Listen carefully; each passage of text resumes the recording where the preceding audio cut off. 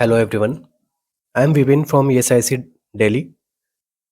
तो आज का जो अपना सेशन रहेगा वो टारगेट रहेगा आपके अपकमिंग एग्जाम आरआरबी का जो एग्ज़ाम आपके नियर बाई है उसको लेके आप अपना ये सेशन रहने वाला है, जहाँ पे हम कुछ इंपॉर्टेंट एमसीक्यूज को डील करेंगे जो हमारी ओर से हाई यील्ड टॉपिक रहेंगे, जो कि आरआरबी के अंदर आपको जो है पूछे जा सकते हैं या फिर जो है पूछने योग्य हैं। ठीक है, उन सब एमसीक्यूज को हम यहाँ पे डील करेंगे, जहाँ पे हम कुछ टॉपिक के डिस्कशन भी हम रखेंगे, साथ साथ में एमसीक्यू के रिगार्डिंग जो भी टॉपिक रहेगा उसको हम थोड़ा बहुत यहाँ पे समझते हुए आगे बढ़ेंगे। तो काफ़ी इंपॉर्टेंट एमसीक्यू आपका यहाँ पे रहने वाला है। ठीक है, सेशन रहने वाला है, तो आपको कंप्लीट आपको जो है सेशन टिल द एंड आपको देखना है। इसी के साथ ही अपनी जो टेस्ट सीरीज है उनसे रिगार्डिंग भी जो भी इन्फॉर्मेशन है वो आपको यहाँ पे वीडियो में प्रोवाइड करवा दी जाएगी। तो इसी के साथ ही शुरू करते हैं आज का अपना सेशन बिना किसी देरी के। एमसीक्यू है अपना।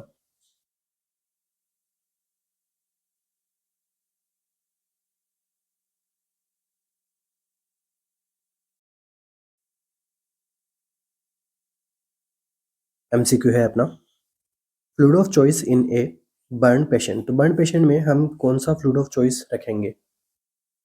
0.445 normal saline, 0.25 normal saline, 3% normal saline और डी रिंगर लैक्टेट।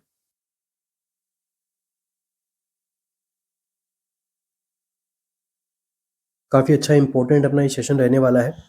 तो जो एमसीक्यूज पूछे जाते हैं टॉपिक्स में से वही टॉपिक्स हम यहाँ पे डिस्कस करेंगे। Fluid of choice in a burn patient, burn के पेशेंट में हम क्या फ्लूइड ऑफ चॉइस हम यहाँ पे काम में लेंगे?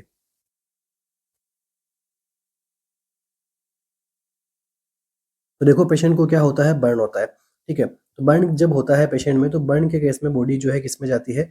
एक तो हाइपोवोलेमिया के अंदर जा सकती है। ठीक है, इसके अलावा बॉडी में जो है नीड होती है इसकी कि भाई इलेक्ट्रोलाइट का जो है इम्बेलेंस जो हुआ है उसको वापस से और जल्दी से जो है इलेक्ट्रोलाइट इम्बेलेंस को ठीक किया जाए। ठीक है, क्योंकि बर्न जब होता है पेशेंट में उसमें क्या देखने को मिलता है आपको? एक आपको देखने को मिलता है फ्लूइड लॉस, नेक्स्ट आपको देखने को मिलता है सोडियम लॉस, और नेक्स्ट आपको देखने को मिलता है माइल्ड एसिडोसिस। ठीक है, माइल्ड एसिडोसिस। ठीक है, इसी इसी के साथ में बॉडी को क्या चाहिए? ऐसा इलेक्ट्रोलाइट या फिर मैं कहूँ ऐसा इलेक्ट्रोलाइट सॉल्यूशन की नीड होती है जो बॉडी के सॉल्यूशन से मैच करता हो। ठीक है, तो हम यहाँ पे कौन सा सॉल्यूशन काम में लेंगे? तो आइसोटोनिक सॉल्यूशन।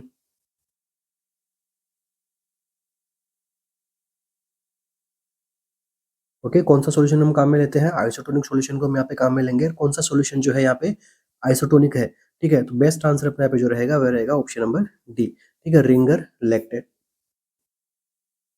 तो आइसोटोनिक सॉल्यूशन में fluid of choice, fluid of choice क्या रहता है बर्न के पेशेंट में? तो आरएल। पूछा जा चुका एमसीक्यू है। नेक्स्ट देखिए, normal saline 0.45%, normal saline 25% and 3%। ठीक है, ये यहाँ पे प्रीफर नहीं की जाती है क्योंकि इनकी जो कंसंट्रेशन है हाई है और लो कंसंट्रेशन है, और ये जो है रीस्टोर नहीं कर पाते हैं इलेक्ट्रोलाइट को। ठीक है, और ये सब क्या कर सकते हैं, जो इम्बेलेंस है वो है उसको और ज़्यादा वर्स कर सकते हैं।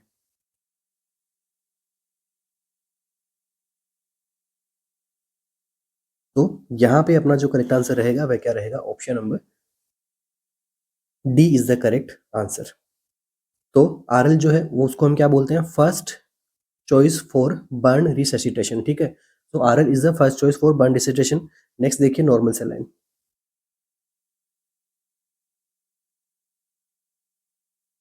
वो भी कौन सा? 0.9%। ठीक है, तो ये क्या है? अल्टरनेट है इसका। ओके, इसको भी हम यहाँ पे इतना आइडियल नहीं जितना आरएल है, बट इसको भी हम यहाँ पे काम में ले सकते हैं अगर अपने पास में आरएल नहीं है तो। नेक्स्ट इज हाइपोटोनिक सेलाइन, जो कि आपको ऑप्शन नंबर ए में है 4-5%। तो इसको जो है हम इनिशियल जो रिससिटेशन के केस में यूज में नहीं लेते हैं। नेक्स्ट 3% नॉर्मल सेलाइन, तो ये क्या है? हाइपरटोनिक है। ठीक है, इसको हम यहाँ पे रिकमेंड नहीं करते हैं। ठीक है, चलिए आगे बढ़ते हैं। जो आप यहाँ पे फ्लूइड दे रहे हो, रिंगर लैक्टेट यहाँ पे फ्लूइड दे रहे हो, हम कैसे देंगे? ठीक है, इसके लिए अपने पास में जो है फॉर्मूला है। फॉर्मूला कौन सा होता है? Parkland formula.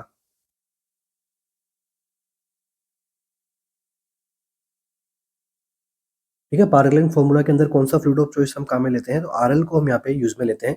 ठीक है, और इसके जो फॉर्मूला है इसको हम यहाँ पे डिवाइड करते हैं 24 आवर्स में। ठीक है, इसका हाफ फ्लूइड हम यहाँ पे प्रोवाइड करते हैं, हाफ फ्लूइड जो है नेक्स्ट टाइम पीरियड में प्रोवाइड किया जाता है।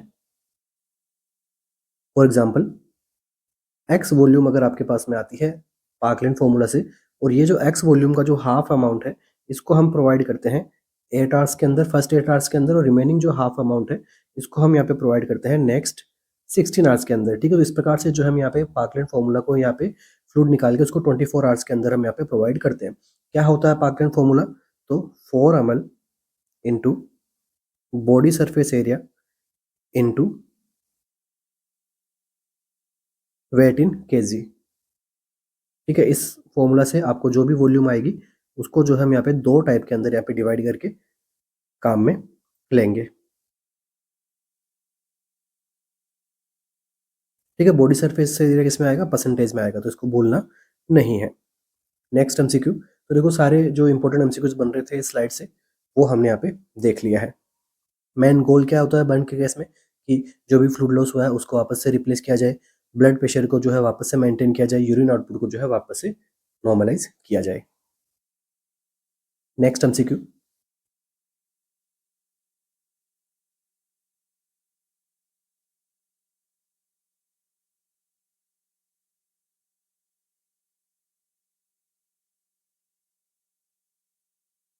What is the main purpose of ABC analysis in material management? ठीक है, तो मेन पर्पज क्या है?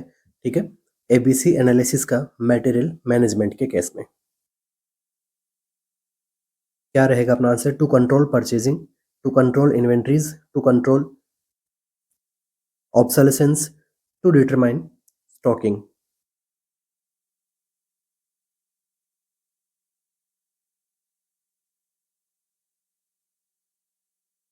क्या रहेगा अपना यहाँ पे आंसर? तो देखिए सबसे पहले हम बात करते हैं एबीसी एनालिसिस। ठीक है, तो एबीसी एनालिसिस को किस में काम में लिया जाता है? वेरी इंपॉर्टेंट एमसीक्यू पूछा भी गया है। जो भी हम डिस्कशन कर रहे हैं एमसीक्यू, ये हाईली एमसीक्यू सारे के सारे और एग्जाम्स में पूछे गए हैं। ओके, तो देखिए एबीसी एनालिसिस को हम यूज में किस में लेते हैं? So it used to control inventories.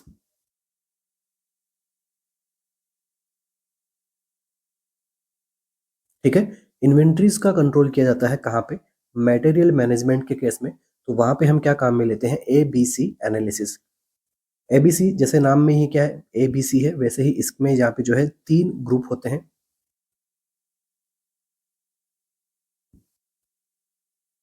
Okay, 3 इसमें ग्रुप्स आपको देखने को मिलता है। ए जो ग्रुप होता है यहाँ से भी एमसीक्यू बन सकता है आपका। ओके, थोड़ा डीप एमसीक्यू आपसे एग्जामिनर यहाँ से पूछ सकता है। ए का मीनिंग क्या होता है? ए जो इन्वेंट्रीज होती है वो होती है मोस्ट वैल्यूबल। ठीक है,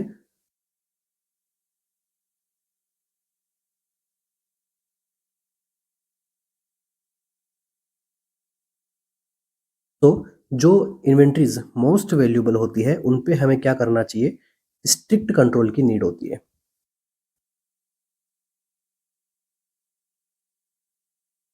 सेकंड में क्या है आपका? B moderate value.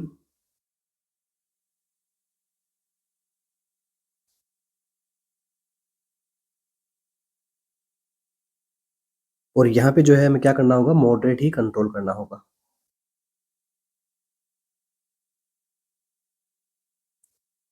सी इन्वेंट्री जो है वो उसमें कैसी होती है? Least value. और यहाँ पे कंट्रोल भी कैसा रखना होगा? Simple control.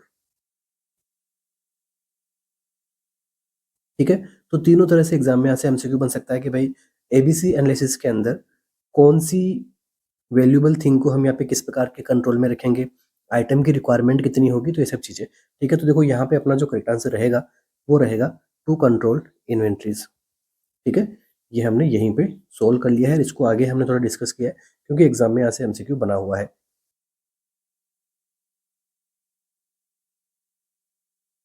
Next MCQ,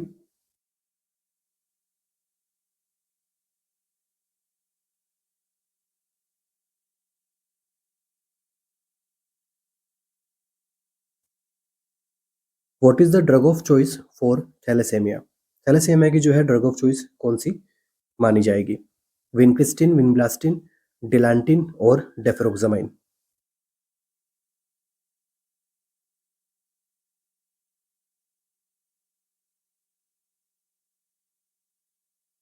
thalassaemia के अंदर ड्रग ऑफ चॉइस अपना क्या रहेगा? तो देखिए, थैलेसीमिया के जो पेशेंट होते हैं उनमें क्या करना पड़ता है, उनमें हमें करना पड़ता है रिपीटेड ब्लड ट्रांसफ्यूजन।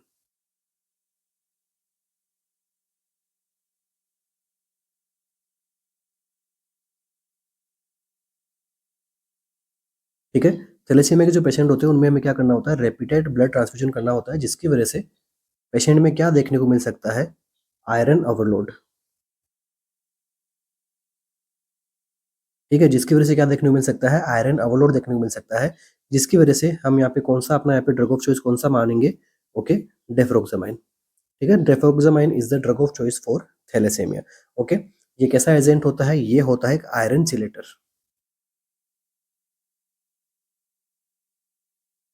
ठीक है, it is an iron चिलेटर agent. ठीक है, तो ये क्या करेगा, आयरन चिलेटर है तो ये रिमूव करता है एक्स्ट्रा आयरन को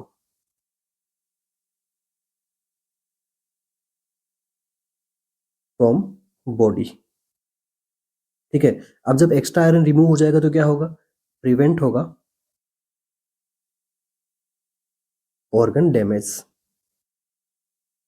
आगे समझ में? तो भाई यहाँ पे अपना आंसर क्या हो गया, option number D is the correct answer. ठीक है, सो डेफ्रोक्सामाइन क्या करता है, प्राइमरी यूज जो इसको लिए रहता है वो ले रहता है, ठीक है, आयरन ओवरलोड। और आयरन ओवरलोड क्यों होता है, क्योंकि थैलेसीमिया के केसेस के अंदर हमें क्या जरूरत पड़ती है, रिपीटेड ब्लड ट्रांसफ्यूजन की नीड पड़ती है। नेक्स्ट देखिए विनक्रिस्टिन। तो विनक्रिस्टिन जो टेबलेट है इसको हम किस में काम में लेते हैं, कैंसर्स के अंदर या फिर ल्यूकेमिया के अंदर ले सकते हैं।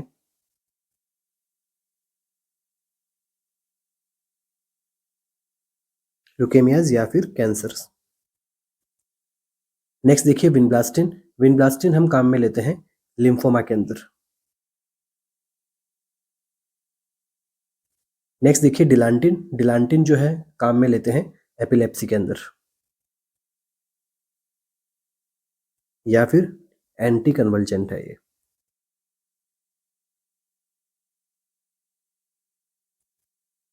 तो इतने सारे एमसीक्यूज अपने यहाँ से बन गए हैं।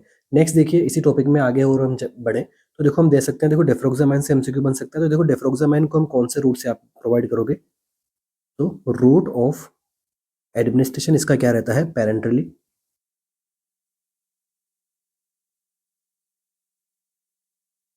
ठीक है, पेरेंटली दे सकते हैं। अब देखिए एक एमसीक्यू यहां से बन सकता है, तो नोट लगा के इसको हम लिख सकते हैं, if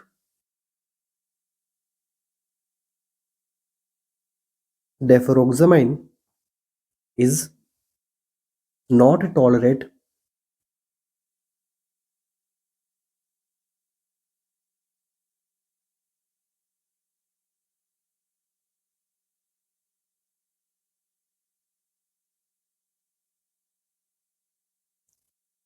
bye patient then we give.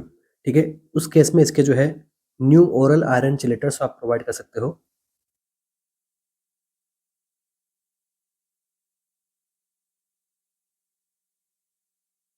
और इनके क्या नाम है, डेफेप्रॉन।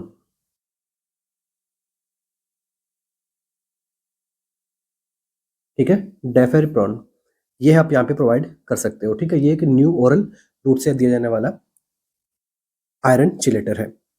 नेक्स्ट हम बात करते हैं क्लिनिकल सिग्निफिकेंस की।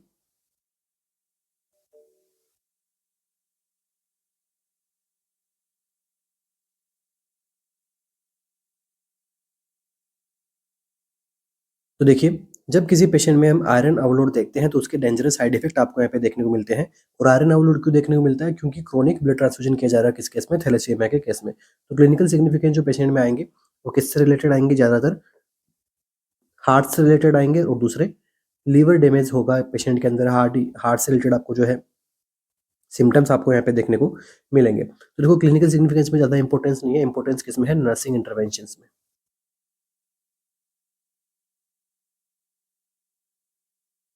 क्या आप यहाँ पे नर्सिंग इंटरवेंशंस कर सकते हैं, यहाँ से एक बार एमसीक्यू बना गया है। नर्सिंग इंटरवेंशन क्या है, एक तो देखो साइड इफेक्ट्स को आपको ध्यान रखना है। ठीक है, तो मॉनिटर साइड इफेक्ट्स। और साइड इफेक्ट किससे रिलेटेड होंगे, हार्ट से, लीवर से, किडनी प्रॉब्लम, ठीक है, आई प्रॉब्लम, हियरिंग प्रॉब्लम, इन सब की कंडीशन आपको यहाँ पे देखने को मिल सकता है। नेक्स्ट जो आप यहाँ पे चिलेटस दे रहे हो, इससे ऑरेंज कलर का यूरिन आपको देखने को मिल सकता है। इसके लिए हमें क्या करना है, क्लाइंट को एजुकेट करना है, ठीक है, एजुकेशन प्रोवाइड करनी है, ठीक है। रेडिश ऑरेंज या फिर ब्लैकिश ऑरेंज कलर आपको यहाँ पे देखने को मिल सकता है। इसके अलावा कोई थेरेपिस्ट से रिलेटेड जो भी कॉम्प्लिकेशन है उसके लिए आपको यहाँ पे मॉनिटर करते रहना। तो यहाँ पे इस एमसीक्यू में अपना आंसर जो है वो क्या जाएगा, option number D is the correct answer. Next MCQ,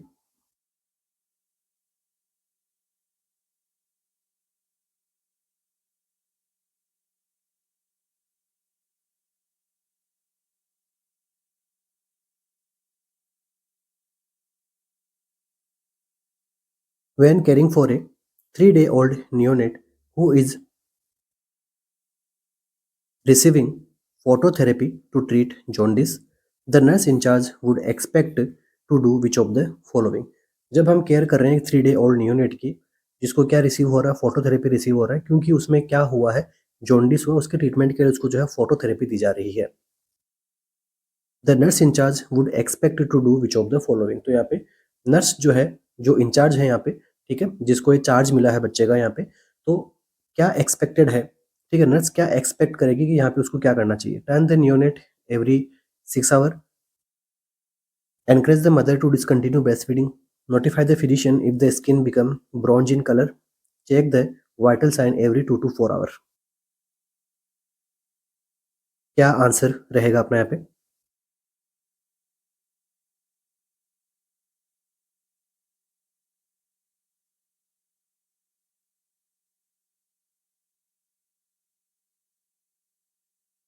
तो देखिए, जब किसी पेशेंट में जो है जॉन्डिस हो, और स्पेशली बच्चों की अगर हम बात करें, तो उसमें हम क्या काम में लेते हैं, फोटोथेरेपी हम यहाँ पे काम में लेते हैं, ठीक है। क्या आंसर रहेगा अपने इस केस में, इस केस में अपना आंसर क्या रहेगा, check the vital sign every 2 to 4 hour, ठीक है। बच्चे के जो वाइटल साइंस है उनको हमें एवरी 2 to 4 आवरली हमें क्या करना है, चेक करना है ड्यूरिंग फोटोथेरेपी। क्या होगा इससे, इससे ये होगा कि देखो, एक तो वाइटल साइंस में आप बच्चे का क्या क्या असेस करोगे, टेम्परेचर को आप यहाँ पे असेस करोगे। नेक्स्ट वाइटल साइन असेस करोगे तो आपको क्या पता लगेगा, डिहाइड्रेशन के बारे में भी आपको यहाँ पे पता लगेगा, स्किन इंटीग्रिटी वगैरह आप सब यहाँ पे देखोगे, और इसके अलावा जो कॉम्प्लिकेशंस हो सकती है फोटोथेरेपी की, उनका भी आपको पता लग सकता है, ठीक है। सो राइट आंसर क्या रहेगा यहाँ पे, option number D is the correct answer. दूसरे और इंटरवेंशन क्या क्या कर सकते हैं आप यहाँ पे, अदर इंटरवेंशन में बात करें तो मैक्सिमम स्किन सरफेस जो है फोटोथेरेपी में देखने को मिलनी चाहिए। मतलब मैक्सिमम स्किन को हमें क्या करना है, कवर करके नहीं रखना है, ठीक है। किस किस चीज़ को हम कवर कर सकते हैं, देखो, एक तो आई पैच लगा सकते हैं, दूसरा उसके जेनाइटल्स जो है उनको हम क्या कर सकते हैं, कवर कर सकते हैं। इसके अलावा पूरी जो बेबी की स्किन है उसको हमें क्या करना है, एक्सपोज होने देना फोटोथेरेपी के साथ में। नेक्स्ट जो है यहाँ पे वो है फ्रीक्वेंट टर्निंग, फ्रीक्वेंट टर्न, ठीक है। तो यहाँ पे क्या लिखा है, turn the unit every 6 hour. तो 6 आवरली आपको जो है बेबी को नहीं करना है, फ्रीक्वेंटली आपको टर्न करना है, मतलब एवरी 2 आवर्स आपको यहाँ पे क्या कर सकते हो, बेबी को आप यहाँ पे टर्न कर सकते हो। नेक्स्ट देखिए, encourage the mother to discontinue breast feeding. तो डिसकंटिन्यू नहीं करना है, एनकरेज करना है, कंटिन्यू करना है ब्रेस्ट फीडिंग को,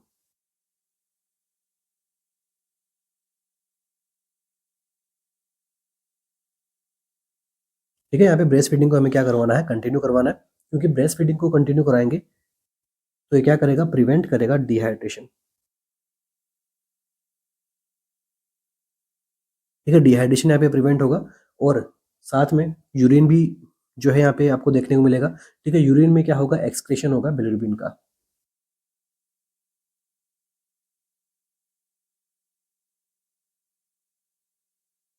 ठीक है। बिलिरुबिन का क्या होगा, एक्सक्रीशन होगा, और प्रिवेंट होगा बेबी यहाँ पे डिहाइड्रेशन से हम प्रिवेंट कर सकते हैं। नेक्स्ट देखिए, ब्रॉन्ज बेबी सिंड्रोम, ठीक है। ब्रॉन्ज बेबी सिंड्रोम जो है, या फिर ब्राउन कलर स्किन जो है, ये काफी रेयरली है, ठीक है। बट ये जो कंडीशन है इतनी यहाँ पे हार्मफुल नहीं है, ठीक है। रेयर कंडीशन है बट हार्मफुल नहीं है, ठीक है। इसके लिए हम क्या कर सकते हैं, कंटिन्यू पेशेंट को जो है मॉनिटर कर सकते हैं यहाँ पे। बट यहाँ पे ऑप्शन सी इतना कॉमन नहीं होता है, ठीक है। सभी बच्चों में से नहीं कि हर बच्चों में आपको ब्रॉन्ज कलर स्किन देखने को मिलती है, ये इसकी कॉम्प्लिकेशन है, जरूर कॉम्प्लिकेशन है, बट हर बच्चे में नहीं देखने को मिलती है, रेयर कॉम्प्लिकेशन है, ठीक है। बट अगर ये होता है तो आपको यहाँ पे जनरल क्या करना है, मॉनिटरिंग करनी है,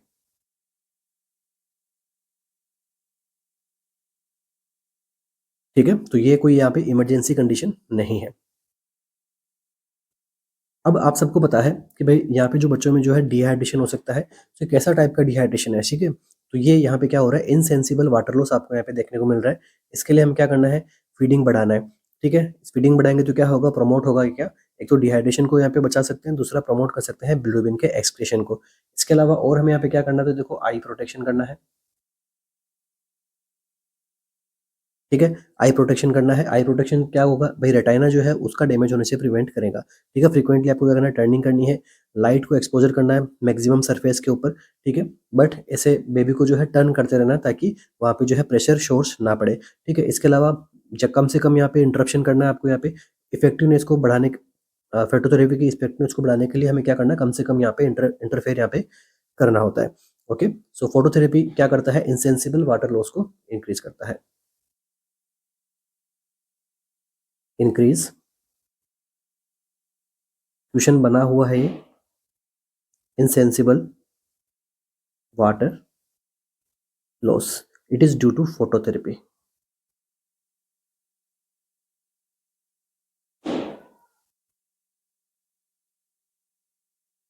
next MCQ,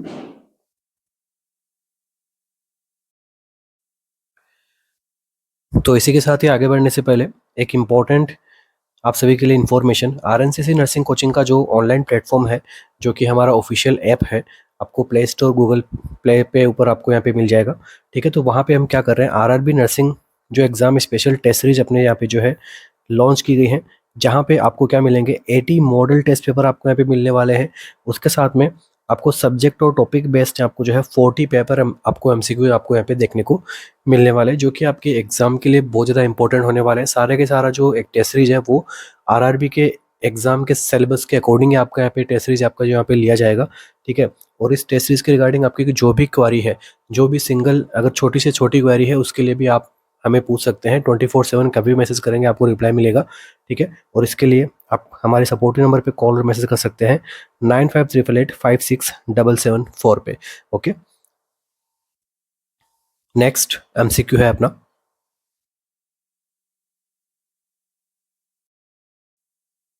A 2 days old neonate underwent corrective surgery for tracheoesophageal fistula 2 days back.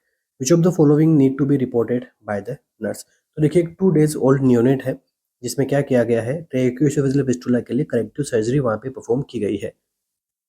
Which of the following need to be reported by the nurse, तो नर्स जो है यहाँ पे कौन सा ऑप्शन देखने को मिला अगर बच्चे में, तो वहाँ पे उसको जो है वो रिपोर्ट करेगी। Diminished bowel sound, excessive crying and irritability, pulse rate 130 beat per minute, dislodgement of orogastric tube.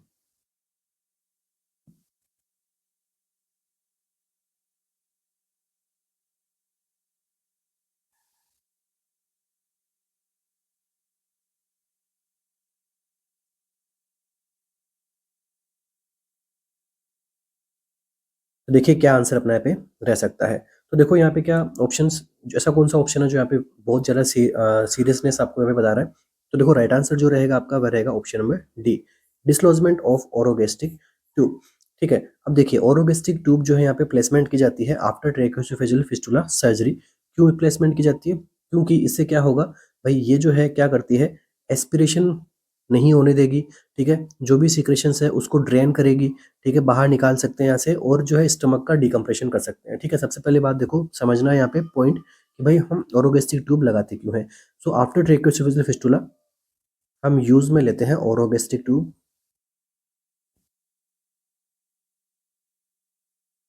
Okay, ओरोगेस्टिक tube का आप यूज में लेते हो, क्यों लेते हो, सो इट प्रिवेंट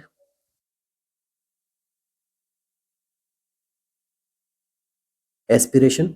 सेकंड, ये क्या करती है, ड्रेन करती है सिक्रेशन को।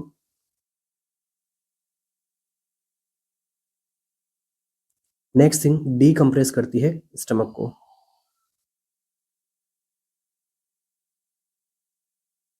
ठीक है, तीनों ही चीज़ों के लिए हम क्या करते हैं, काम में लेते हैं किसको, ओरोगेस्टिक ट्यूब को। तो सबसे पहले हो गया यूज। अब देखो एस्पिरेशन यहाँ पे हाईएस्ट प्रायोरिटी है। अब देखो अगर यहाँ पे डिस्क्लोजमेंट हो गया ओरोगेस्टिक ट्यूब का, तो यहाँ पे पेशेंट में क्या होने के चांसेस हैं, एस्पिरेशन हो सकता है। ठीक है, तो इसकी वजह से क्या देखने को मिलेगा आपको, loss of airway protection.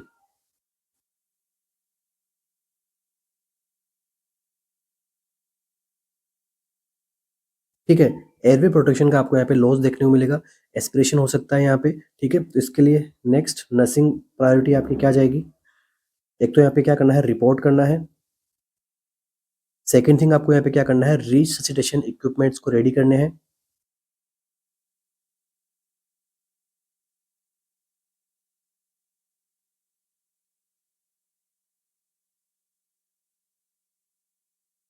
Okay, तो ये सब चीजें आपको यहाँ पे फॉलो करनी है। तो right answer option number D is the correct answer. Next देखिए, diminish bowel sound.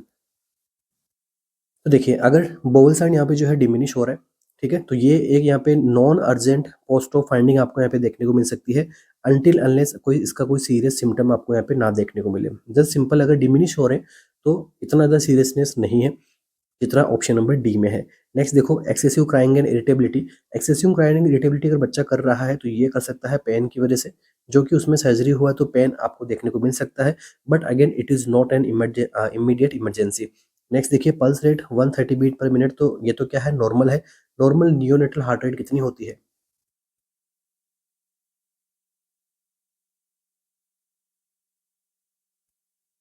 Normal neonatal heart rate होती है आपकी 120 से 160 बीट पर मिनट। तो ये तो आपका ऑप्शन नॉर्मल है। तो देखो, हर लाइन से अपने एमसीक्यूज बन रहे हैं।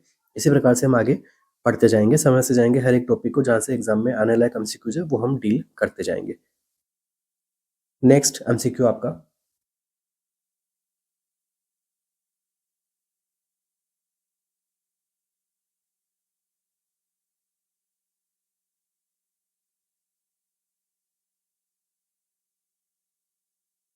The most common predisposing factor for abruptio placenta. Abruptio placenta का यहाँ पे मोस्ट कॉमन प्रीडिस्पोजिंग फैक्टर कौन सा बताया गया है? हाइपरटेंशन, ग्रैंड मल्टीपैरिटी, एब्डोमिनल ट्रॉमा और प्रीमेच्योर रप्चर ऑफ मेम्ब्रेन्स।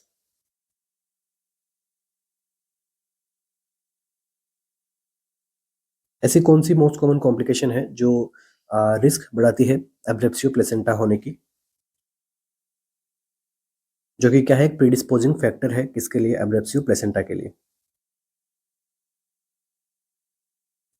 होता क्या है एब्रेप्सियो प्लेसेंटा? ठीक है, सबसे पहले होता क्या है abruptio placenta? So it is the early separation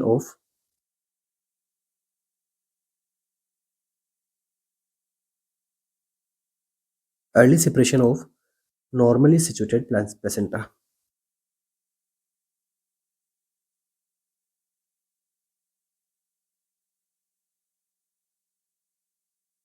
okay, तो जो प्लेसेंटा नॉर्मली सिचुएटेड रहती है उसका क्या हो जाना, अर्ली सेपरेशन हो जाना, इस कंडीशन को हम बोलते हैं एब्रेप्सियो प्लेसेंटा। नेक्स्ट एमसीक्यू आपका यहीं से बनेगा, मोस्ट कॉमन प्रीडिस्पोजिंग फैक्टर। तो मोस्ट कॉमन प्रीडिस्पोजिंग फैक्टर आपका यहाँ पे क्या रहता है? आंसर क्या रहेगा? Hypertension.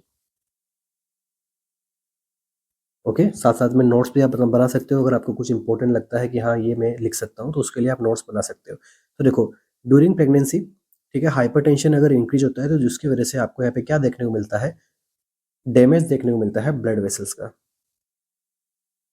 Can lead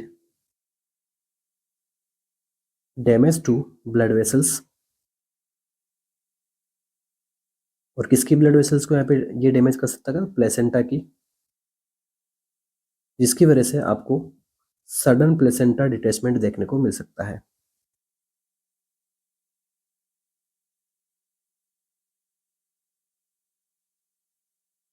right answer क्या जाएगा आपका? Option number A is the correct answer. क्या करना है हमें यहाँ पे? तो देखो, जो भी प्रेग्नेंट लेडी होती है, नर्सिंग इंटरवेंशन से एमसीक्यू बने तो यहाँ पे क्या बन सकता है कि जो भी प्रेग्नेंट लेडी है उनका जो है मॉनिटर करते रहना है ब्लड प्रेशर को। इसके साथ में अर्ली डिटेक्शन करना है आपको यहाँ पे, ठीक है। फॉर एग्जांपल गेस्टेशनल हाइपरटेंशन की कंडीशन अगर हो रही है तो उसका अर्ली डिटेक्शन करना है, ठीक है, रूटीन चेकअप के साथ में। इसके अलावा इंटरवेंशंस आपको यहाँ पे देना है, बेड रेस्ट करवानी है, मेडिकेशन करवानी है, और अगर नियर टर्म है तो वहाँ पे जो है डिलीवरी भी हम करवा सकते हैं और मदर और बेबी की जान बचा सकते हैं। तो देखो, right answer option number C. Hypertension is the most common cause vessel damage कराएगा प्लेसेंटा में। एब्डोमिनल ट्रॉमा, ठीक है, एब्डोमिनल ट्रॉमा ये क्या करता है, फिजिकली जो है ट्रॉमा होगा प्लेसेंटा को, जिसकी वजह से वो क्या हो जाएगी, डिटैच हो जाएगी। ग्रैंड मल्टीपेरा, ठीक है, ग्रैंड मल्टीपेरिटी में ऐसा क्या कोज है कि भाई ये जो है एब्रेप्सियो प्लेसेंटा कोज करवा सकता है, तो इसकी वजह से देखो ग्रैंड मल्टीपेरिटी है, तो वहाँ पे देखो एब्डोमिनल जो वॉल है, सॉरी जो यूटेराइन जो वॉल है वो यहाँ पे कैसे हो जाएगी, वीक हो जाएगी। ठीक है, ग्रैंड मल्टीपेरिटी मतलब यूट्राइन वॉल यहाँ पे वीक हो जाएगी, बट ये लेस कॉमन है, बट एब्डक्सियो प्लेसेंटा करवा सकता है। Next, pre mature rupture. अगर प्री मेच्योर रेप्चर हो रहा है मेम्ब्रेन का, तो वो तो एक जो है लेस डायरेक्ट लिंक है एब्रेशियो प्लेसेंटा के केस में। ठीक है, pre mature rupture of membrane. ठीक है, राइट आंसर मोस्ट कॉमन पूछा है आपसे is option number first is the correct answer. Next MCQ,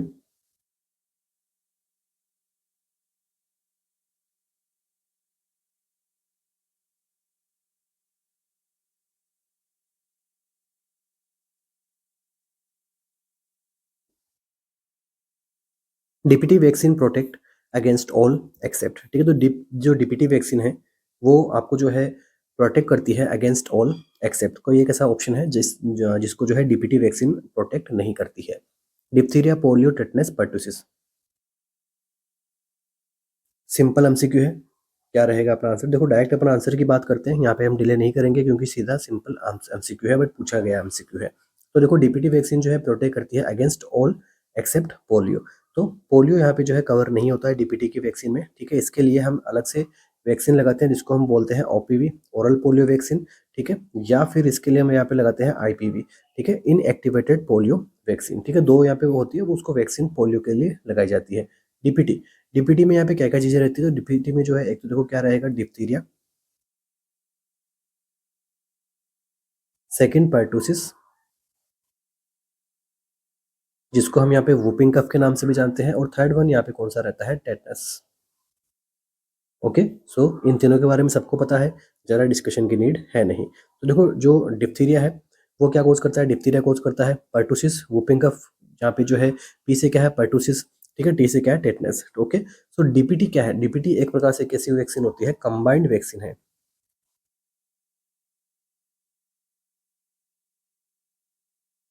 ठीक है, कंबाइंड वैक्सीन है जो कि यहाँ पे कंबाइंड वैक्सीन का क्या फायदा है? कंबाइंड वैक्सीन का ये फायदा है कि देखो एक तो डिप्थीरिया की पहले अलग से वैक्सीन लगती थी, पर्टुसिस की अलग से लगती थी, टेटनस की अलग से लगती थी। अब कंबाइंड वैक्सीन होने की वजह से जो नंबर ऑफ इंजेक्शन जो है वो बच्चों के लगते थे वो यहाँ पे क्या हो गए, कम हो गए। ओके, बट ये जो है आपको यहाँ पे डीपीटी के लिए जो है आपको यहाँ पे फीमेल्स को यहाँ पे एजुकेट भी करना पड़ सकता है। ठीक है, कि भाई किस किस टाइम पे वैक्सीन लगानी है, क्या डोज है, कितनी डोज है, इन सब के बारे में। चलिए आगे बढ़ते हैं। नेक्स्ट एमसीक्यू सिंपल एमसीक्यू था तो ज़्यादा यहाँ पे डिस्कशन का नीड है नहीं। नेक्स्ट एमसीक्यू अपना,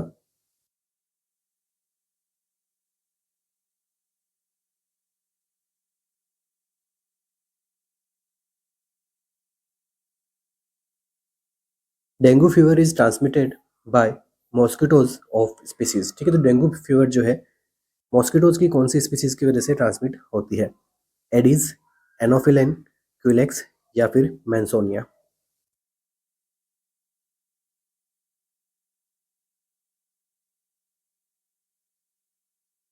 डेंगू फीवर के लिए आपसे पूछा गया है, तो देखो डेंगू फीवर जो है इसको कौन यहाँ पे ट्रांसमिट करता है? तो एडीज एजिप्टी।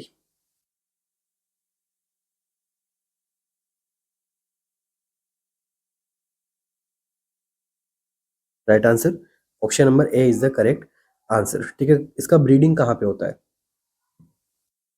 तो क्लीन वाटर के अंदर इसका जो है आपको ब्रीडिंग देखने को मिल सकता है। ठीक है, नेक्स्ट देखिए, अगर हम बात करते हैं मलेरिया की, तो मलेरिया के अंदर जो स्पीसीज होती है वो होती है एनोफिलीज।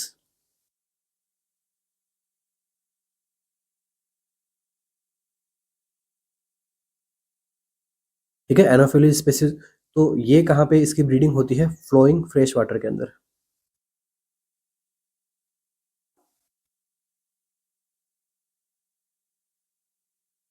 नेक्स्ट देखिए, जापानीज एंसेफलाइटिस, तो इसके लिए कौन सी स्पीसीज काम में आती है? क्यूलेक्स।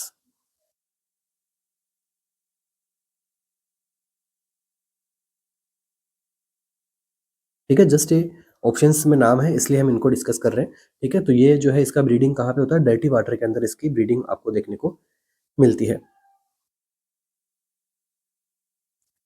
बाकी जो मैंसोनिया स्पीसीज जो होती है इससे जो है इतने यहाँ पे सीरियस कॉम्प्लिकेशंस आपको यहाँ पे नहीं देखने को मिलती है, या फिर कोई ज़्यादा मेजर कोई ह्यूमन वायरल डिजीज आपको यहाँ पे नहीं देखने को मिलती है, बट ये जो कंडीशन है फाइलेरियासिस ट्रांसमिट कर सकती है।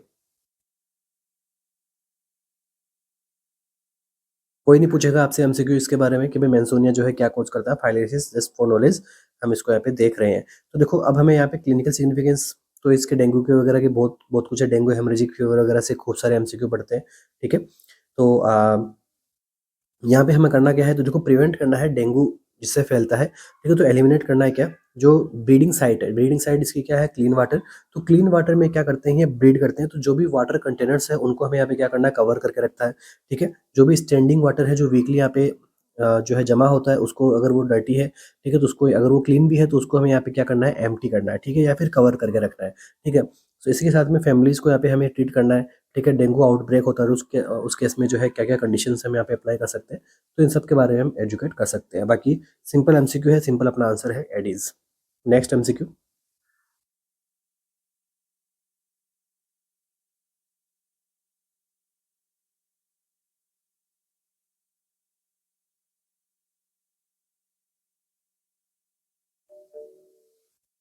The national family welfare programme in India was launched in. तो इंडिया में जो है नेशनल फैमिली वेलफेयर प्रोग्राम को कब लॉन्च किया गया था, 1952, 1958, 1962 और 1965? क्या रहेगा अपना यहाँ पे आंसर?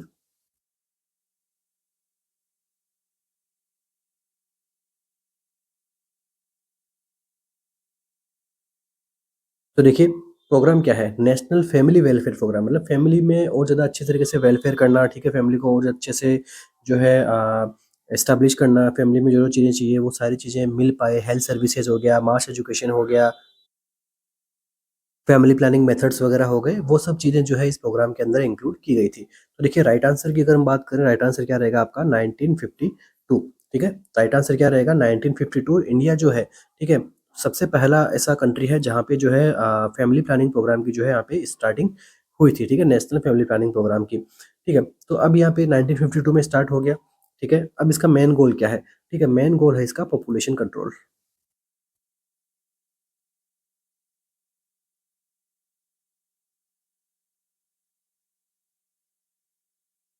ठीक है, मेन गोल क्या है इसका, पॉपुलेशन कंट्रोल इसका क्या है, मेन गोल है। इसके अलावा अगर हम बात करें भाई और क्या क्या चीज़ें यहाँ पे ये कर सकता है, तो देखो मैटरनल एंड चाइल्ड हेल्थ को इम्प्रूव करता है, फैमिली प्लानिंग मेथड्स के बारे में बताता है, मास एजुकेशन इसके अंदर आपको यहाँ पे प्रोवाइड की जाती है, हेल्थ सर्विसेज आपको यहाँ पे प्रोवाइड की जाती है। और इन सब में नर्स का यहाँ पे काफ़ी इंपॉर्टेंट यहाँ पे रोल रहता है, क्योंकि वो क्या करती है, कम्युनिटी एजुकेशन करती है, काउंसलिंग प्रोवाइड करती है, डिलीवरी सर्विसेज आपको यहाँ पे बताती है भाई फैमिली वेलफेयर के अंदर क्या क्या सर्विस डिलीवरी आपको यहाँ पे की जाएगी। ठीक है, पॉपुलेशन कंट्रोल के लिए जो है बेटर पब्लिक हेल्थ, जो पब्लिक हेल्थ सेंटर्स यहाँ पे जो है बनाए जाते हैं, रिसोर्सेज मैनेजमेंट यहाँ पे जो है नर्स यहाँ पे कर सकती है। ठीक है, वुमेन्स वेलफेयर के लिए काम कर सकती है। जस्ट सिंपल प्रोग्राम के बारे में हम बात कर रहे हैं, तो जस्ट इतना ही अपने यहाँ पे एग्जाम में ध्यान देना है, जस्ट कब लॉन्च हुआ था, ठीक है, और क्या क्या सर्विसेज यहाँ पे जो है प्रोवाइड की जाती है। Next MCQ.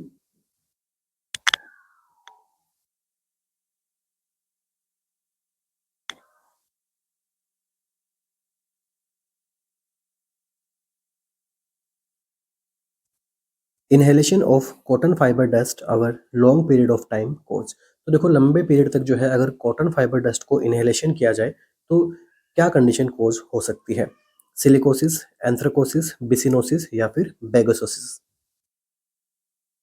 Inhalation of cotton fibre dust over long period of time cause silicosis, anthracosis, byssinosis और बेगोसोसिस?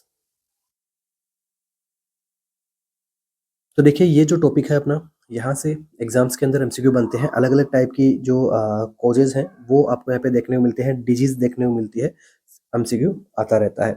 तो देखो राइट आंसर यहाँ पे क्या रहेगा, देखो इनहेलेशन करना है किसको, कॉटन फाइबर को। तो कॉटन के फाइबर की जो डस्ट होती है उसको अगर लंबे टाइम तक अगर इनहेलेशन किया जाएगा तो वहाँ पे क्या कंडीशन अराइज होगी, ऑप्शन सी जो है वो अपना यहाँ पे करेक्ट आंसर रहेगा, बिसिनोसिस। ठीक है, तो बिसिनोसिस जो है मोस्टली कौन से वर्कर्स में आपको ऐसा देखने को मिलता है, तो टेक्सटाइल की जो फैक्ट्रीज होती है,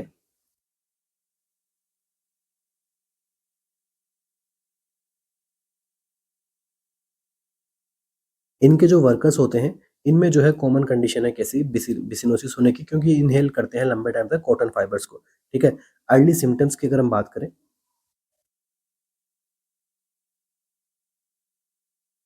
तो अर्ली सिम्टम्स यहाँ पे कौन कौन से आते हैं, देखो chest tightness,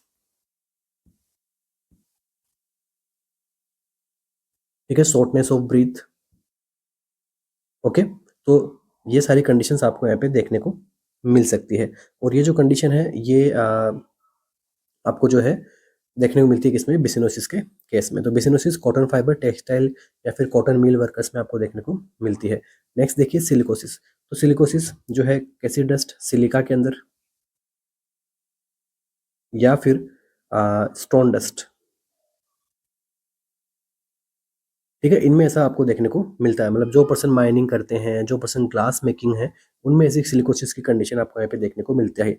next anthracosis. Anthracosis किस में देखने को मिलता है, कोल डस्ट में। ठीक है, कोल डस्ट के केस में आपको एंथ्राकोसिस देखने को मिलते हैं, कोल माइनर्स में specially. Next one is bagassosis. Bagassosis आपको देखने को मिलता है शुगर कैन की वजह से।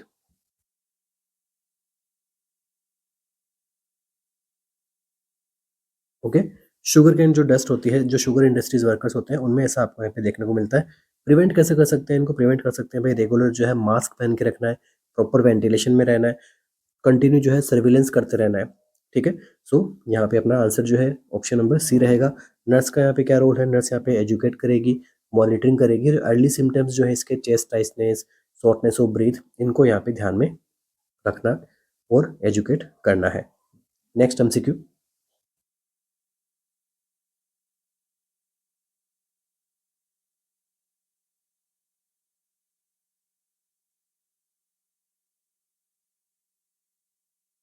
Commonest cause of blindness in India. ठीक है, इंडिया में जो है कॉज है क्या, कॉमनेस्ट कॉज ब्लाइंडनेस, ब्लाइंडनेस का वो क्या है, vitamin A deficiency, cataract, glaucoma और refractive error. So commonest cause of blindness in India, right answer is cataract. ठीक है, पूछा गया एमसीक्यू है, but simple MCQ, one liner MCQ आपको ज्यादा देखने को मिल सकता है एग्जाम में। ठीक है, सो कैटरेक्ट यहाँ पे जो है मोस्ट कॉमन कॉज होता है। तो कैटरेक्ट का मीनिंग क्या है, ठीक है, तो लेंस जो होता है आई में, उसका क्या हो जाता है, क्लाउडिंग हो जाती है। ठीक है, क्लाउडिंग आपको यहाँ पे देखने को मिलती है, धुंधलापन आपको देखने को मिलता है। ठीक है, जिसकी वजह से विजन जो है वो क्या होता है, डिक्रीज होता है। जनरली ये कैसी कंडीशन है, एज रिलेटेड कंडीशन है, बट किसी ट्रॉमा की वजह से भी हो सकता है, डायबिटीज की वजह से भी हो सकता है, और इन्फेक्शन की वजह से भी आपको ऐसा देखने को मिल सकता है। नेक्स्ट देखिए vitamin A deficiency. Vitamin A deficiency जो है जनरली आपको देखने को मिलती है चाइल्डहुड ब्लाइंडनेस, ब्लाइंडनेस के अंदर।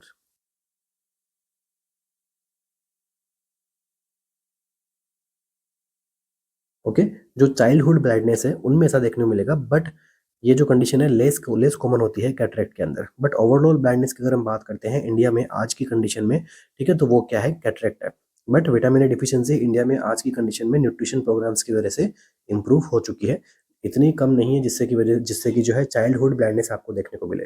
नेक्स्ट देखिए ग्लूकोमा, रिफ्लेक्टिव एरर। ठीक है, दोनों में क्या कंडीशन हो सकती है, विजन प्रॉब्लम हो सकती है, बट ये दोनों यहाँ पे जो है लीडिंग कोज नहीं है ब्लाइंडनेस ऑफ इंडिया में, blindness of blindness in India के केस में। तो यहाँ ग्लूकोमा के केस में जो है इरिवर्सिबल ब्लाइंडनेस देखने को मिल सकती है अगर इसको टाइमली ट्रीट नहीं किया गया तो। रिफ्लेक्टिव एरर्स के अंदर जो है विजुअल इंपेयरमेंट आपको देखने को मिलता है, ना कि blindness. Right answer option number B is the correct answer.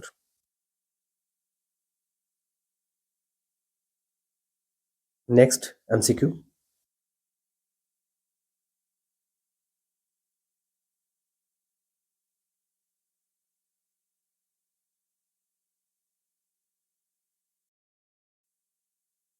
इसके अलावा आगे बढ़ने से पहले आप सभी के लिए एक छोटी सी इन्फॉर्मेशन, आरएनसीसी नर्सिंग कोचिंग का जो ऑफिशियल ऐप है वहाँ पे, ठीक है, लास्ट 6 ईयर से हम क्या कर रहे हैं, टेस्ट सीरीज आप सबको जो है प्रोवाइड करवा रहे हैं। ठीक है, जहाँ पे आपको अभी जो रिसेंट एग्जाम आपका होने वाला है आरएमएल एग्जाम, उसके लिए special 30 model test paper plan जो है अपना यहाँ पे लॉन्च किया गया है, जहाँ पे 20 test as daily two live test आपको मिलेंगे, प्लस 10 सेव टेस्ट एज पर आरएमएल एग्जाम पैटर्न के ऊपर आपको यहाँ पे टोटल इंपॉर्टेंट एमसीक्यूज के साथ में, जैसा आरएमएल का एग्जाम का पैटर्न है वैसा आपको जो है टेस्ट का एक्सपीरियंस करने को मिलेगा आपको इस टेस्ट सीरीज के अंदर। ठीक है, तो इसी के इसके रिगार्डिंग आपकी जो भी क्वेरीज हो वो आप हमें जो है कॉल और मैसेज कर सकते हो 24/7। ठीक है, 9588856774 पे। तो चलिए आगे बढ़ते हैं।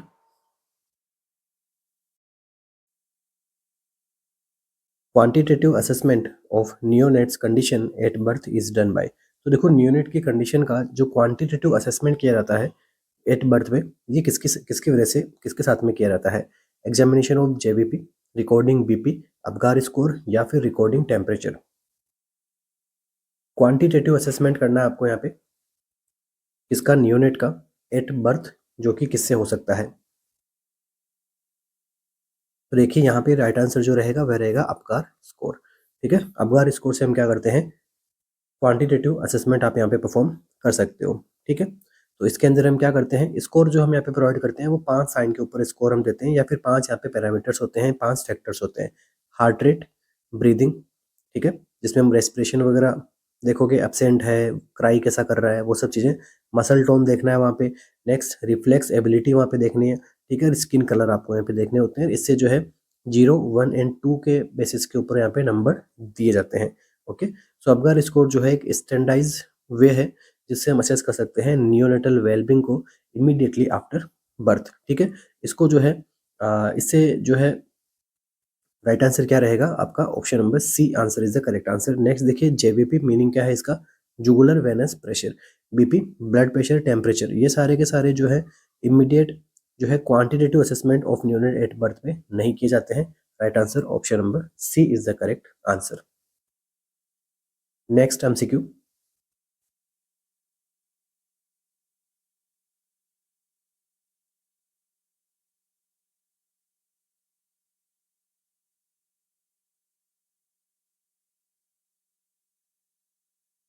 The thermometer used in common should be washed with soap and water and disinfect with. ठीक है, थर्मोमीटर को जो है जो कॉमनली यूज में लेता है उसको हम वहाँ पे वॉश कर सकते हैं सोप और वाटर के साथ में, बट डिसइंफेक्ट करना हो तो किससे करेंगे। Dettol strength 1:20, Savlon strength 1:20, Lizol strength 1:20 और फ्रैगनोल स्ट्रेंथ 1:20।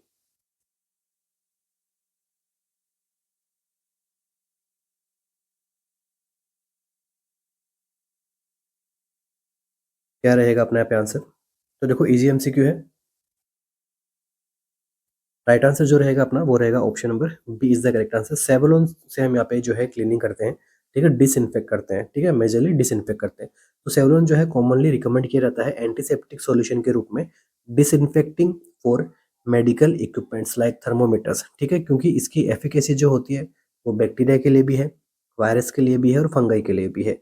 ठीक है, इसकी स्ट्रेंथ जो है कितने काम में लेते हैं, 1:20 यहाँ पे काम में लेते हैं। प्रॉपर डायल्यूशन के साथ में ही अच्छी तरीके से ये क्या कर सकता है, स्ट्रेंथ प्रोवाइड करेगा।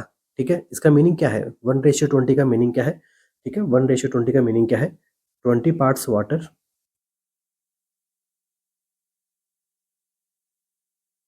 To 1 part Savlon, concentration concentrated. चलिए नेक्स्ट एमसीक्यू,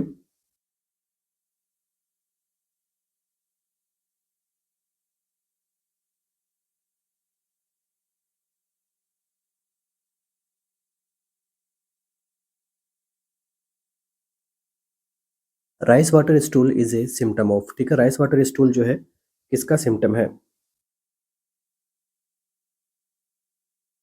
इजी एमसीक्यू है, कॉलेरा, टाइफाइड, डिसेंट्री और इन्फ्लामेटरी बाउल डिजीज।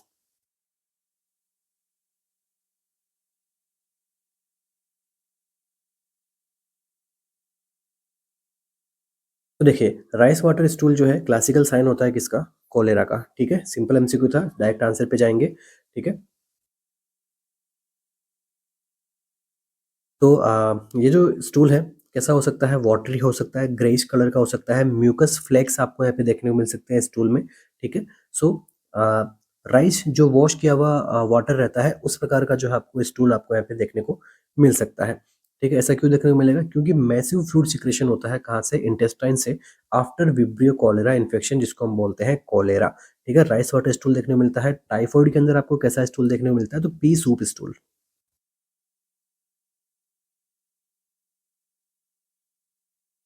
ठीक है, पी सूप स्टूल आपको यहाँ पे देखने को मिल सकता है। डिसेंट्री, डिसेंट्री के केस में blood in mucus, blood and mucus देखने को मिल सकता है आपको स्टूल में। और इन्फ्लामेटरी बाउल डिजीज के अंदर म्यूकस भी आपको यहाँ पे देखने को मिल सकता है और सम टाइम ब्लड भी आपको देखने को मिल सकता है। बट कॉलेरा के अंदर ही जो है राइस वाटर स्टूल आपको यहाँ पे देखने को मिलता है। कॉलेरा के केस में जो है पेशेंट में क्या देखने को मिलता है, रैपिड डिहाइड्रेशन देखने को मिलता है, जिसकी वजह से डेथ भी हो सकती है पेशेंट की। ओके, कॉलेरा आउटब्रेक को हम क्या मानते हैं, हमेशा एक इमरजेंसी मानते हैं। ठीक है, इसमें हमें रेस्पॉन्स जो है क्विकली करना होता है, इन्फेक्शन कंट्रोल मेजर्स को यहाँ पे क्विकली यहाँ पे अप्लाई करना होता है, जिससे हम क्या कर सकते हैं, प्रिवेंट कर सकते हैं इसके स्प्रेडिंग को। नेक्स्ट एमसीक्यू,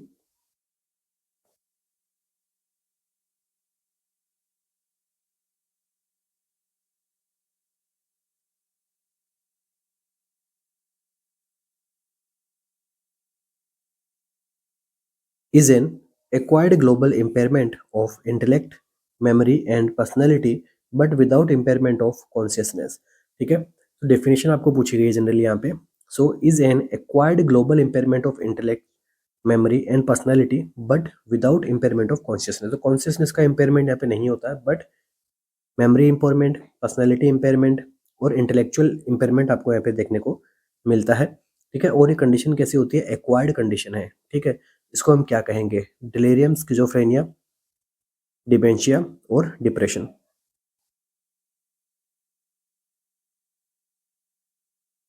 तो देखो दो कंडीशन होती है, एक होता है डिमेंशिया, एक होता है डिलेरियम।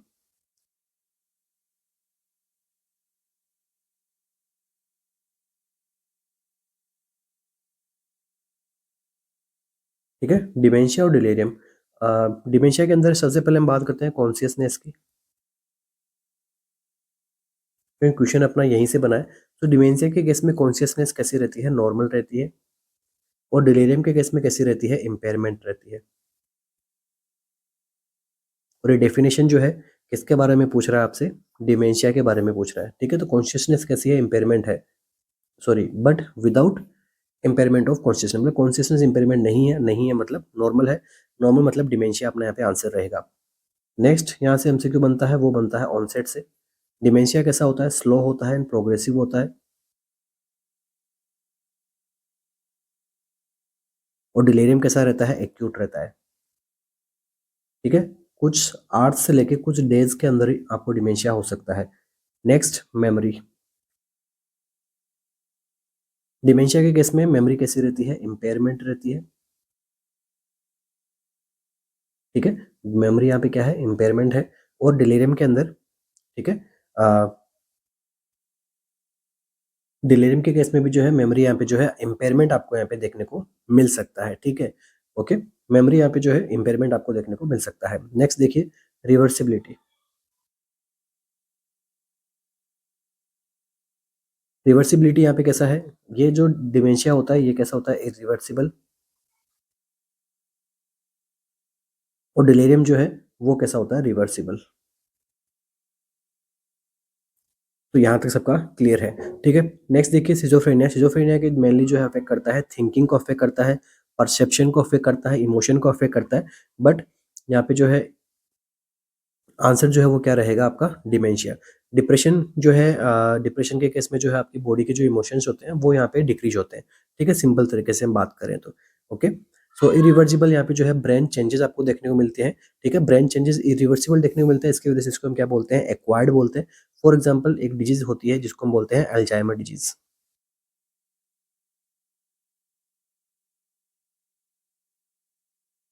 ठीक है, अल्जाइमर डिजीज मतलब एक्वायर्ड कंडीशन है। ठीक है, इसके लिए एक एक्वायर्ड ग्लोबल इम्पेयरमेंट आपको देखने को मिलता है।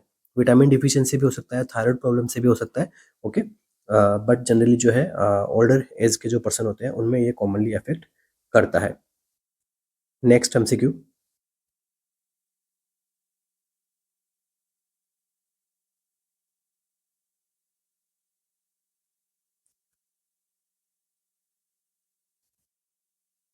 The antigen that form loose and cotton woolly clumps during agglutination is. ठीक है, ऐसा कौन सा एंटीजन है जो लूज और कॉटन वूली क्लम्प्स बनाता है during agglutination, D antigen, F antigen, H antigen और ओ एंटीजन। क्या आंसर रहेगा। ओके, स्नोवी फ्लेक्स बनाएगा, वूली क्लम्प कह सकते हैं, कॉटन वूली क्लम्प कह सकते हैं, या फिर स्नोवी फ्लेक्स कह सकते हैं। ठीक है, फ्लोकुलर कह सकते हैं इसको ड्यूरिंग एग्लूटिनेशन के केस में।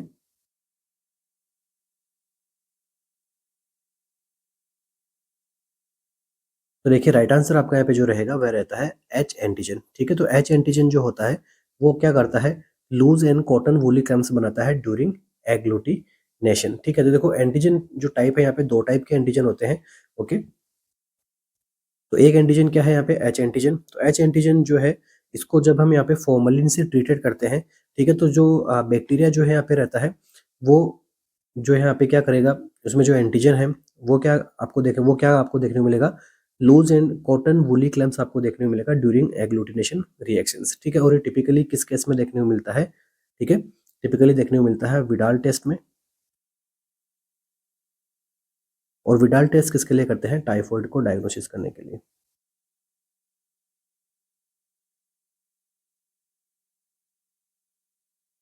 ओके, इसी के अलावा एक एंटीजन और होता है, कौन सा, ओ एंटीजन। ठीक है, ओ एंटीजन जो है क्या बनाता है, फाइन ग्रेन्यूल्स बनाता है। ठीक है, क्या बनाता है, फाइन ग्रेन्यूल्स। एच एंटीजन कहाँ प्रेजेंट रहता है, कहाँ प्रेजेंट रहेगा, सो बैक्टीरिया के फ्लैजिला पे।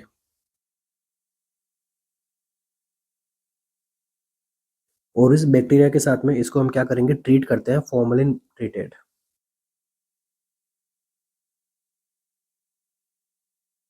ठीक है, जिससे रिएक्शन होगी, इसकी वजह से जो आपको कॉटन वूली क्लैम्स आपको यहाँ पे देखने को मिलते हैं। तो जो एग्लूटिनेशन क्यों करते हैं, एग्लूटिनेशन क्या करते हैं, इससे क्या हेल्प मिलती है, इससे हेल्प मिलती है बैक्टीरिया के आइडेंटिफिकेशन के लिए,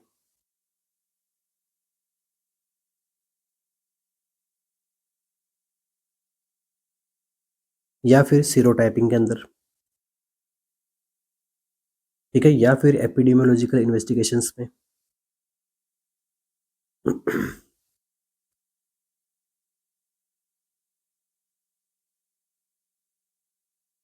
ठीक है, regarding salmonella typhi.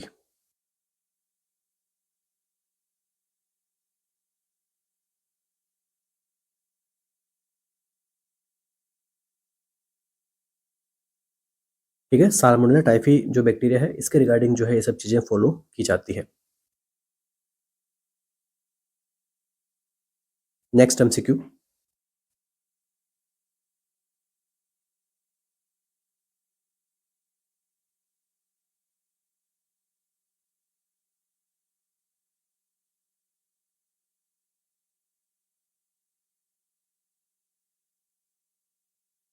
Which one is the primary prevention of cervical cancer. तो सर्वाइकल कैंसर का जो है प्राइमरी प्रिवेंशन क्या है, pap smear, HPV vaccine, HPL vaccine, या फिर हेल्थ एजुकेशन।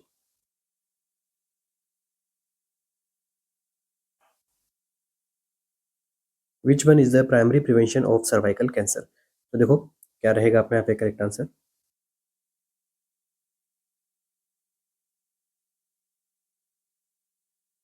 तो प्राइमरी जो प्रिवेंशन है सर्वाइकल कैंसर का वो होता है एचपीवी वैक्सीन। ठीक है, ह्यूमन पेपिलोमा वायरस जो है उसकी जो है यहाँ पे वैक्सीन यहाँ पे लगाई जाती है, जिससे ये जो है प्राइमरी प्रिवेंशन आपको यहाँ पे देखने को मिलता है।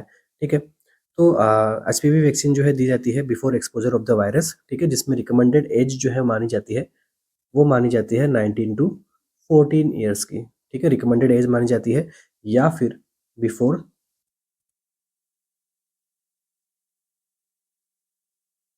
Sexually active.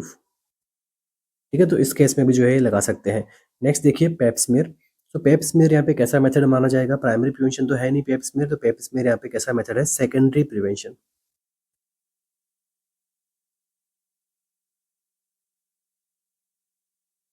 ठीक है, सेकेंडरी प्रिवेंशन में हम क्या करते हैं, अर्ली डिटेक्शन करते हैं। ओके, प्रिवेंट नहीं करते हैं डिजीज को, अर्ली डिटेक्शन। नेक्स्ट देखिए एचपीएल वैक्सीन। एचपीएल वैक्सीन जो है एग्जिस्ट नहीं करती है सर्वाइकल कैंसर के लिए। ठीक है, सर्वाइकल कैंसर के लिए कौन सी होती है, human papilloma virus vaccine. Next देखिए health education. Okay, health education help करती है, ठीक है, बट ये जो है डायरेक्ट इफेक्टिव नहीं है प्रिवेंट करने के लिए एक्चुअल डिजीज से, जो कि क्या है, वैक्सीनेशन है। ठीक है, तो देखो तीन टाइप के प्रिवेंशन होते हैं, एक होता है प्राइमरी, एक होता है सेकेंडरी, एक होता है टर्सरी। ओके, सो प्राइमरी जो प्रिवेंशन है वो प्रिवेंट करता है कोज को। ठीक है, लिख लेते हैं यहाँ पे,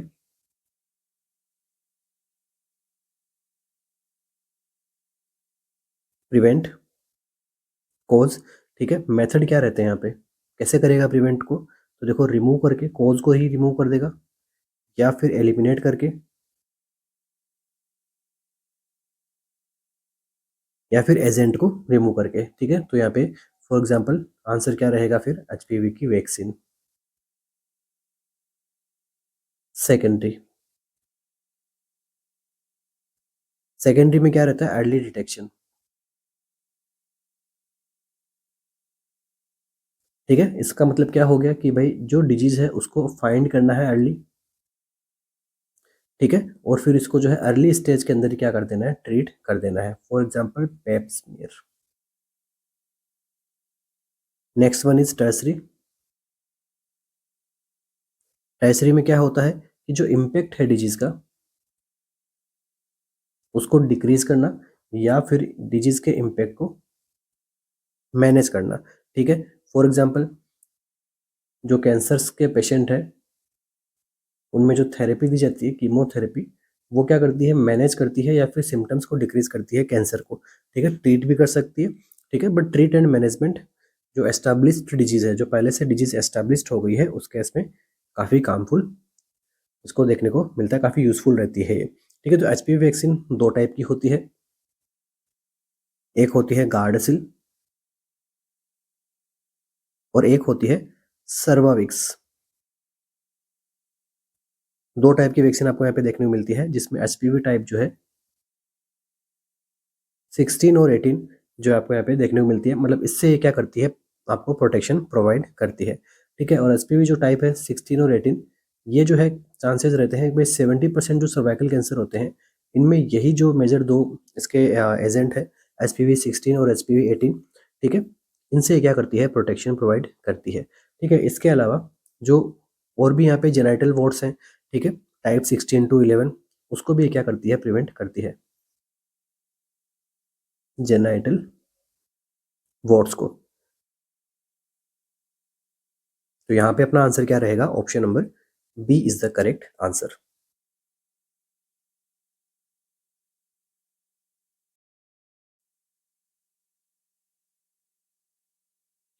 सो wish you all the best, thank you so much बने रहने के लिए। आज के अपने सेशन में इतना ही, मिलते हैं अपने नेक्स्ट सेशन में, जहाँ पे कुछ अगेन इंपॉर्टेंट एमसीक्यूज को हम यहाँ पे डील करेंगे regarding your upcoming RRB exam. ठीक है, तो आप इसके लिए हमें जो है फीडबैक दे सकते हैं, भाई आपको जो है कैसे एमसीक्यूज और ज़्यादा चाहिए। ठीक है, और आप हमारी जो है टेस्ट सीरीज भी ज्वाइन कर सकते हैं, जहाँ पे आपके लिए जो है अपकमिंग एग्जाम्स के लिए डेली जो है टेस्ट प्रैक्टिस हो सकती है। साथ में आपके नेगेटिव मार्किंग पे भी कंट्रोल होगा, कौन से क्वेश्चंस आपको चूज़ करने हैं, कौन से क्वेश्चन पे आंसर करना है, कैसे एमसीक्यूज को रीड करना है, कैसे एमसीक्यू को रीड करने के बाद में क्वेश्चंस के ऑप्शंस कैसे सेलेक्ट करने हैं। ये सब चीज़ आप यहाँ पे जितने टेस्ट दोगे उतने ही आप यहाँ पे अच्छे बनते जाओगे इन सब के अंदर। ठीक है, तो wish all the best, thank you so much बने रहने के लिए। मिलते हैं अपने नेक्स्ट सेशन में, थैंक यू।